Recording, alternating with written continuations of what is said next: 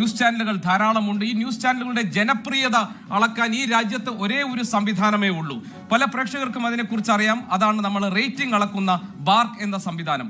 BARC എന്ന് പറഞ്ഞാൽ നമുക്കറിയാം, അത് ബ്രോഡ്കാസ്റ്റേഴ്സ് ഓഡിയൻസ് റിസർച്ച് കൗൺസിൽ എന്നാണ്. അതായത് കേരളത്തിലേക്കോ ഈ രാജ്യത്തെയോ പ്രധാനപ്പെട്ട ചാനലുകളിലേക്ക് പരസ്യം എത്താൻ നമ്മൾ മാനദണ്ഡമാക്കുന്ന, ഈ രാജ്യത്ത് മാനദണ്ഡമാക്കുന്ന ഒരേ ഒരു സംവിധാനം അതാണ് ബാർക്ക് എന്ന് പറഞ്ഞാൽ ഈ പ്രേക്ഷകരുടെ പിന്തുണ ഉറപ്പാക്കുന്നു എന്ന് ജനങ്ങൾ വിശ്വസിക്കുന്ന ഒരു സംവിധാനം എന്ന നിലയിലാണ് മാതൃകാപരമായി ബാർക്ക് പ്രവർത്തിക്കേണ്ടത്. എന്നാൽ ബാർക്കിനകത്ത് ഈ ടെലിവിഷൻ റേറ്റിംഗിൽ കൃത്രിമം നടത്തുന്നുണ്ട് എന്നുള്ള സംശയം പല സമയങ്ങളിലായി ഞങ്ങൾക്ക് ഉണ്ടായിട്ടുണ്ട്. എനിക്ക് തോന്നുന്നു കേരളത്തിലെ പല വാർത്താ ചാനലുകൾക്കും സംശയം ഉണ്ടായിട്ടുണ്ട്. പലരും ഈ കാര്യത്തിൽ മൗനം തുടരുകയോ അല്ലെങ്കിൽ പുറത്തു പറയാൻ സംശയിക്കുകയോ ഒക്കെ ചെയ്തു. ഈ ഘട്ടത്തിലാണ് കഴിഞ്ഞ ഏതാനും മാസങ്ങളായി എന്താണ് ബാർക്ക് എന്ന സംവിധാനത്തിന് പിന്നിൽ നടന്നുകൊണ്ടിരിക്കുന്നത്, ഈ സംവിധാനത്തിലൂടെ നമ്മളുടെ ജനപ്രിയത അളക്കുന്നത് ശരിയായ മാനദണ്ഡങ്ങൾ പ്രകാരമാണോ, ശരിയായ രീതികളിലാണോ, ശാസ്ത്രീയമായ സത്യസന്ധമായ രീതിയിലാണോ എന്ന കാര്യത്തിൽ ഞങ്ങൾ ഒരു അന്വേഷണം നടത്തിയത്.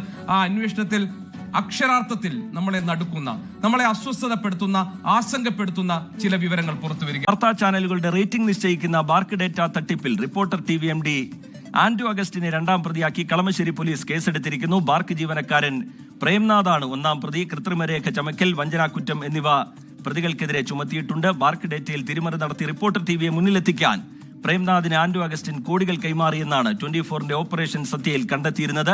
രാജ്യത്തെ ബാർക്ക് തട്ടിപ്പിൽ പോലീസ് കേസെടുത്തിരിക്കുന്നു എന്നുള്ളത് സുപ്രധാനമായിട്ടുള്ള വിവരമാണ് ഇപ്പോൾ പുറത്തുവരുന്നത്. കളമശ്ശേരി പോലീസാണ് ഇതിൽ കേസെടുത്തിരിക്കുന്നത്. 2 പ്രതികളാണ് ഇതിലുള്ളത്. ഒന്ന് റിപ്പോർട്ടർ TVയുടെ ഉടമ, അതുപോലെ തന്നെ ഈ ബാർക്കിലെ ജീവനക്കാരനായിട്ടുള്ള പ്രേംനാഥ്. ഈ 2 പേർക്കെതിരെയാണ് കേസെടുത്തിരിക്കുന്നത്. ഇതിൽ ഒന്നാം പ്രതി പ്രേംനാഥാണ്. അതിലെ ബാർക്കിലെ ജീവനക്കാരനാണ് ഈ അട്ടിമറി നടത്തിയതിൽ മുന്നിലുള്ളത്. അതുകൊണ്ട് തന്നെ ഇയാൾ ഒന്നാം പ്രതിയായിട്ടാണ് ഇപ്പോൾ കേസെടുത്തിരിക്കുന്നത്.